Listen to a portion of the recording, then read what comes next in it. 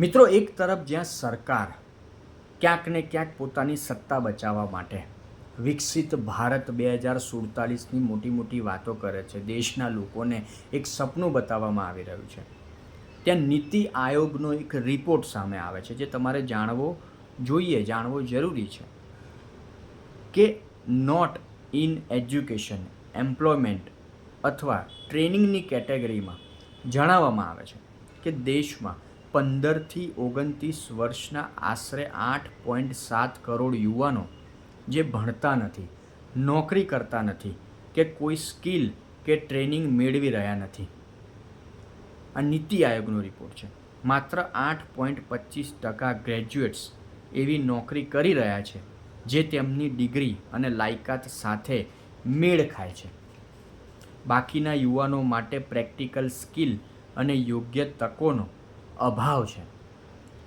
હવે આ નીતિ આયોગનો તાજેતરનો રિપોર્ટ છે કે મેં આગળ કહ્યું એ પ્રમાણે કે વિકસિત ભારતની મોટી મોટી વાતો કરવામાં આવે છે, પણ રિયાલિટી આપણા દેશની આ છે.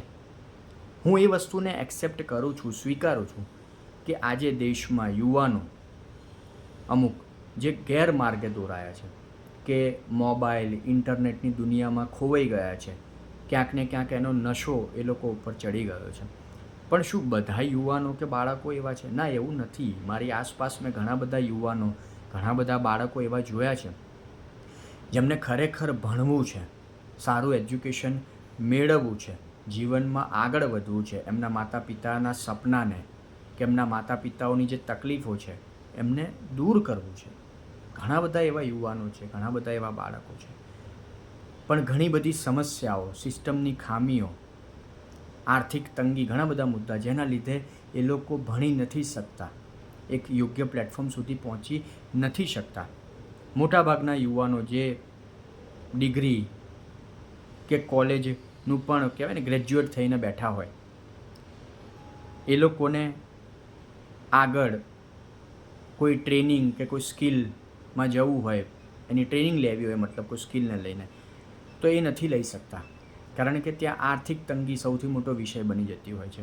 અને નીતિ આયોગનો રિપોર્ટ ભલે ગમે તે કહેતું હોય કે 8.7 કરોડ યુવાનોની વાત હોય, પણ દેશમાં બેરોજગારી એ હદે છે, જે રિયાલિટી છે કે ગમે તેટલું સારું ભણતર હોય, ગમે તેવી સારી ડિગ્રી હોય, ગમે તેવી સારી યોગ્યતા હોય, પણ યોગ્યતા કે લાયકાત પ્રમાણે કે સ્કિલ પ્રમાણે નોકરીઓ નથી મળતી. આ જ રિયાલિટી છે. ઘણા બધા લોકો મારી વાતથી સહેમત થશે કે સારી એવી ડિગ્રી હોવા છતાં પણ ઘણા બધા એવા લોકોના ઉદાહરણ મેં મારી આસપાસ જોયા છે કે 20,000ની નોકરી એમને માંડ માંડ મળતી હોય છે. એમાં આખો દિવસ ક્યાંક ને ક્યાંક એ લોકોનું શોષણ થતું હોય છે, શારીરિક અને ખાસ કરીને માનસિક તણાવમાં એ લોકો જીવતા હોય છે. મારી આસપાસ ઘણા બધા એવા લોકો છે મિત્રો, તમારી આસપાસ પણ હશે, કે જે લોકોની ડિગ્રી મોટી છે, એ લોકોમાં એ સ્કિલ પણ છે, પણ એ લોકોને યોગ્ય પગાર એમની લાયકાત પ્રમાણે નથી મળી રહ્યો, શોષણ થાય છે. ઘણી બધી વાતો છે.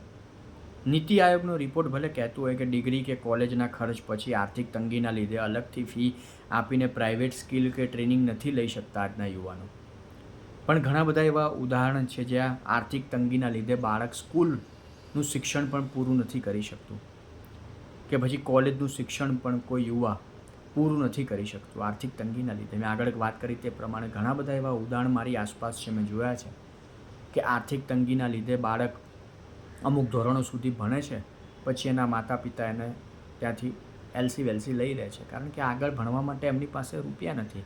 બાળક નાની ઉંમરે મજૂરીએ લાગી જાય છે. બાળક પણ એવું વિચારે કે માતા પિતા પાસે રૂપિયા નથી, આગળ ભણીને હું શું કરીશ. ઘણી બધી મજબૂરીઓ, ઘણી બધી વાતો હોય છે. આજે સરકારી સ્કૂલોની ક્યાં વ્યવસ્થા છે, સરકારી કોલેજોની ક્યાં વ્યવસ્થા છે? આજે પ્રાઇવેટ સ્કૂલોનો રાફડો ફાટ્યો છે, જ્યાં મોંઘી ફી છે, એ લોકોની મનમાની છે. ઘણા બધા લોકો સારું શિક્ષણ મેળવવા માંગે છે, પોતાનું ભવિષ્ય બનાવવા માંગે છે, પણ પાયાની સુવિધા જ નથી. હમણાં તાજેતરમાં ગુજરાત સરકારને લઈને કે શિક્ષણ વ્યવસ્થાને લઈને ગુજરાતનો એક રિપોર્ટ સામે આવે છે કેન્દ્ર સરકારનો, કે 71% સ્કૂલમાં સાયન્સની લેબ નથી. ભારતમાં 49% સ્કૂલોમાં સાયન્સની લેબ નથી. એ સિવાય પણ આપણે ઘણું બધું રોજ મીડિયાના માધ્યમથી જાણતા હોઈએ છીએ, સાંભળતા હોઈએ છીએ, વાંચતા હોઈએ છીએ કે દેશમાં શિક્ષણ વ્યવસ્થાની કેવી પથારી ફરી છે. નીતિ આયોગનો જે આ રિપોર્ટ સામે આવે છે, એમ નીતિ આયોગ સરકારને ભલામણ કરે છે કે યુવાનો અને મહિલાઓ માટે સસ્તા અથવા મફત ટ્રેનિંગ પ્રોગ્રામ, દરેક સ્તરે સારું શિક્ષણ અને કમાવાની સાથે શીખવાની તકો પૂરી પાડવી જોઈએ. પણ આવા રિપોર્ટો તો કેટલાય આવી ગયા. સૌ કોઈ જાણે છે કે આવા રિપોર્ટો તો કેટલા આવી ગયા. સરકારને ધ્યાન આપવું હોત તો ક્યારનું આપી દીધું હોત. દેશની સરકાર હોય કે ગુજરાતની સરકાર હોય, આ લોકોની નજર સમક્ષ જ છે આ બધું. આ લોકો નહીં જાણતા હોય કે દેશમાં શિક્ષણ વ્યવસ્થાના હાલ કેવા છે, બેરોજગારી કઈ હદે છે. દરેક મુદ્દા સરકાર નહીં જાણતી હોય, પણ કામ ખરેખર કરવું હોય, નીતિ હોય, ઈમાનદારી હોય તો કામ થાય ને. એમને એમ થોડી થવાનું. બાકી મેં આગળ કહ્યું તે પ્રમાણે વિકાસની મોટી મોટી વાતો કે વિકસિત ભારતના સપના 2047 કોઈ મતલબ નથી આ બધી વસ્તુનું.